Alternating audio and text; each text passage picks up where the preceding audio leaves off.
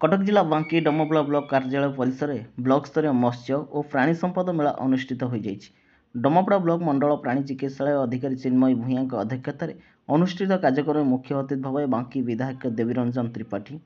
सम्मानित अतिथि भाव डमपड़ा ब्लॉक अध्यक्ष प्रणव किशोर पटेल, बांकी एनएसी नगरपालिका माणिका साहू, ब्लॉक उपाध्यक्ष गीतांजलि बेउरा, उपनगरपाल संतोष कुमार रणा, डमपड़ा जोन जिला परिषद सदस्य आशीष कुमार साहू, केन्द्रीय जोन जिला परिषद मिनती महापात्र, डमपड़ा ब्लॉक सांसद प्रतिनिधि सरोज कुमार मतगज सिंह, जिला मुख्य प्राणी चिकित्सा अधिकारी डाक्तर सुशांत कुमार नायक, बांकी उपखंड प्राणी चिकित्सा अधिकारी doctor Shishir Kumar Sahu, डमपड़ा block BD Anshuman दास प्रमुख जोगदे जगन्नाथ मूर्तिर पुष्पमाल्य और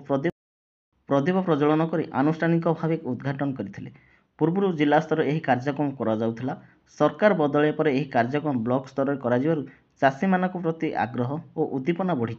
गाई, छेली, मेंढा, बतक, माछ, कुकुड़ा, धान और पनीपरिया चाषी मानक सब्सिडी जरिया प्रोत्साहन दि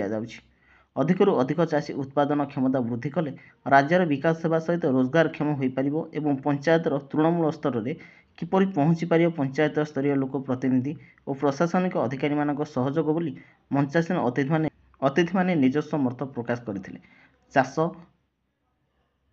और कृषि कृतित्व अर्जन कर चाषी मान मानपत्र उपढकन ट्रफी प्रदान कर संवर्धन करा जायथिला। डमपड़ा ब्लॉक सहकारी मत्स्य अधिकारी आशालक्ष्मी नरेंद्र धन्यवाद अर्पण करथिले। बांकीरू शरद खुंटिया सहित गंगाधर साहू को रिपोर्ट, खबर हब ओडिशा।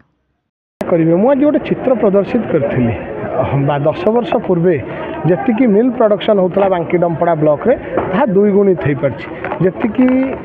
कुकुड़ा मांस उत्पादन होता वृद्धि पाई। आपण मैंने जाणिकी खुशी हेबे फिश प्रोडक्शन ताहा बहुगुणित हो पार्टी बांकी डमपड़ा ब्लॉक रे जहाँ 10 वर्ष पूर्वे आमर उत्पादन होता से उत्पादन वृद्धि पाई। ताकू आज दिन में आहरी केमती जहाँ मार्केटर चाहिदा रही कटक जिला और ओडिशार साधारण जनता जहाँ चाहिदा रही क्षीर मांस अंडार ताकू केमती पूरण करा जाई परिबो से गोटे निर्दिष्ट रोडमैप प्रस्तुत कर सरकार ते दिगरे जदि आगे निश्चित भाव सफलता लाभ कर।